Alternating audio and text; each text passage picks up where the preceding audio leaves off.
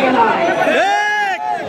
এজন্য বর্তমান অন্তর্বর্তীকালীন সরকারকে 22 লক্ষ ভাষিকের স্পষ্ট বার্তা দিচ্ছি, আর যদি ভোলার সেতু বাস্তবায়ন না হয় বাংলাদেশকে ওয়াসল করে দেওয়া হবে।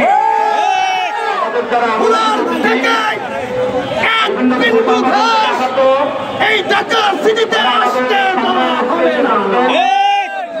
আপনারা জানেন এবং বোঝেন, বরিশাল সেতু যদি হয় আমাদের ভোলা জেলা উন্নত হবে, শিল্পাঞ্চল হবে, সেতুর সাথে রেল লাইন হবে, প্রতিটি জনপদের মানুষ উন্নয়ন দেখবে, চাকরি পাবে, আর্থিক সংস্থানের ব্যবস্থা হবে, ভোলার মানুষের উন্নত চিকিৎসার ব্যবস্থা হবে, ভোলাতে পাবলিক বিশ্ববিদ্যালয় হবে।